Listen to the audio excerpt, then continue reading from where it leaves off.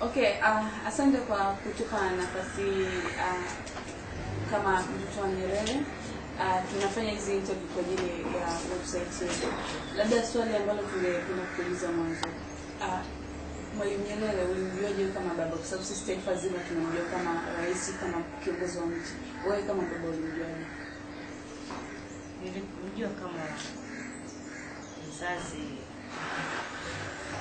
Alikuwa baba mzuri, mwalimu, anafundisha kitu ambacho anafikiria kwamba unapaswa kujua, hata kufundisha.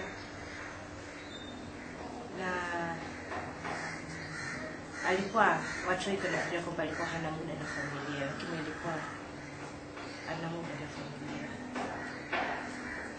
Na asante. Na labda sisi wote Tanzania kila siku Watanzania tunasema tumejifunza kitu kutoka kwa mwalimu, tumejifunza kutoka kwa mwalimu.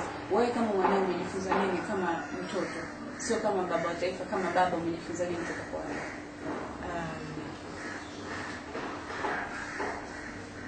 Experience kutumia magari. Simplicity.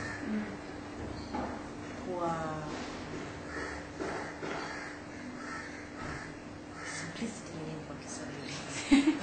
Simplicity kuwa mwenyewe tu, kuwa kama ulivyo. Huna haja ya kujidai nani mbele za watu. Hata mbele yako mwenyewe. Unajua unaweza kujidai mbele yako mwenyewe. Kujidanganya mwenyewe. Kuendana kitu ambacho mimi nimefundishwa. Labda alikuwa baba mkali sana. Hakuwa yule mkali wa kufoka, lakini alikuwa ni mtu ambaye ana msimamo wake na angependa kuelekeza katika msimamo huo. Lakini sio yule kwamba akija wote mnaanza kutetemeka na kuogopa. Na ukielezea maisha yenu, kwa sababu ni familia yenye watoto wengi na mmekulia Ikulu, maisha yenu mengi. Ukielezea maisha yenu nyumbani yalikuwaje? Yalikuwa maisha ya kawaida. Tulikuwa tunafuga kuku kwa sababu Ikulu ndio tulikuwa kuku. Ingawa tulikuwa tunaishi Usasani kwa sababu baba aliomba mshahara mdogo. Kwa hiyo ilikuwa kazi kutusomesha ambayo ilikuwa ni kazi ya mama. Kwa hiyo ikabidi tufuge kuku. Kwa hiyo nikasema kwamba mama ndio alianzisha huo mradi wa kuku, lakini sisi tumecontribute katika kuisomesha kwa sababu sisi tunafuga.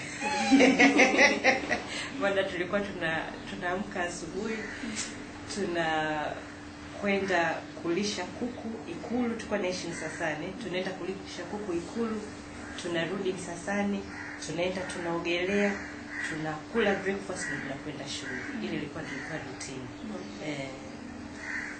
Na kama mtoto unamkumbukaje sasa hivi? Kwa hayo ni kwamba namkumbuka kama kiongozi, na kumkumbuka kama baba, na baba sio kwangu mimi peke yangu, kama kwa watu wote. Sijui kama ulishaikuona nini. Hapana. Alikuwa ni mtu ambaye ukikaa naye kwa muda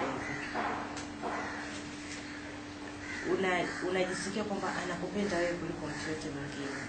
Alikuwa ana namna yake ya kukupa attention, kukusikiliza, unajisikia kwa kusema kweli katika watu wote hapa ninayependwa ni mimi tu. Na alikuwa nayo sizungumzi kama mtoto, nazungumza kama mtu yote. Watu wengi ukiwauliza watakwambia lakini kweli alikuwa namna hiyo. Na unadhani kama taifa tuna mwenzi kama ambavyo anastahili kuenziwa?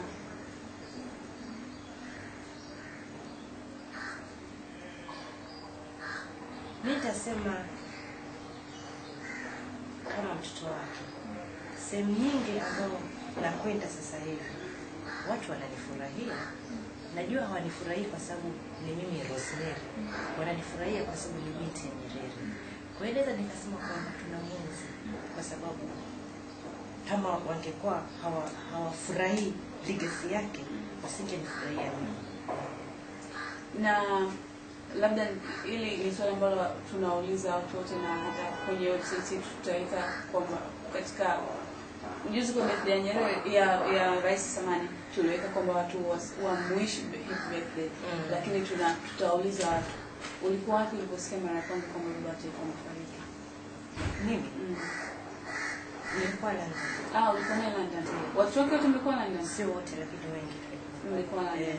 Kwa hiyo tueleze hali ilikuwaje tangu mmefika mpaka hali inavyoendelea kuwa sio nzuri sana? Muda mrefu, kama wiki 2 au 3 vizuri. Kwa hiyo tulikuta hali yake sio nzuri sana. Habari tushangaza kwa sababu nilikuwa nimeongea naye kwa simu kama siku 2 kabla. Sasa nikaamua kwenda, hiyo nafupisha tu hadithi, lakini nikaamua kwenda, nikakatisha masomo yangu nilikuwa nasoma. Nikaamua kwenda, nikashangaa tukamkuta hospitali kalazwa. Nilikuwa haongei, hatutambui. Kwa hiyo ilikuwa shock. Imekuwaje, kitu gani kimetokea? Basi wakati pale tunakaa tumebabaika, hatuelewi vizuri, mara akaja Rais Mkapa, alikuwa anatoka New York na General Assembly. Kipindi cha General Assembly sasa hivi. Akatoka kwa General Assembly akapita. Alipokuja Mkapa akazinduka, akaongea naye. Akaongea naye. Alafu kwa muda akamweleza kwamba unaniona hali yangu si nzuri sana mimi. Alafu Mkapa akaondoka, akaja mama Mkapa amezimia, yani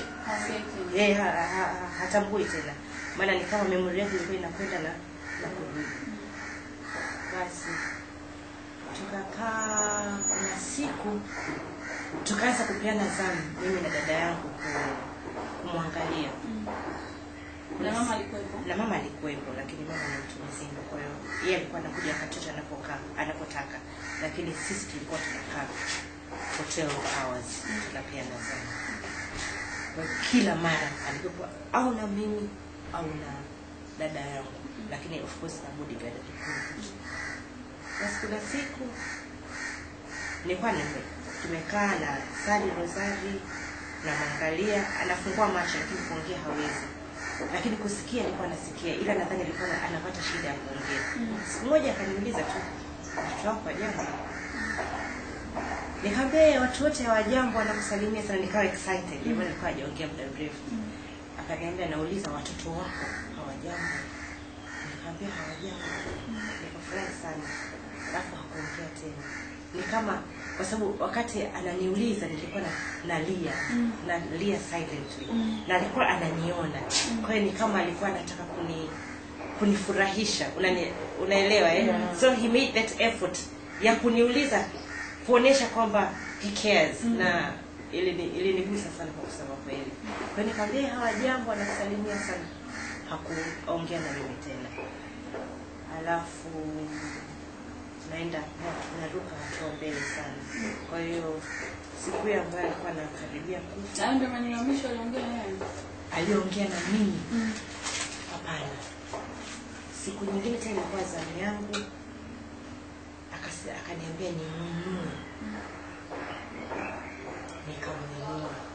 Akaniambia nataka kukaa, nikamkalisha. Nikasaidia na nesi tukamkalisha.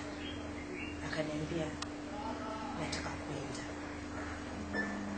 Niko tayari kwenda. Nikamuuliza wapi? Akaniambia niko tayari kwenda, nataka kwenda. Nikajua hatuelewani. Basi nikarudisha kitandani.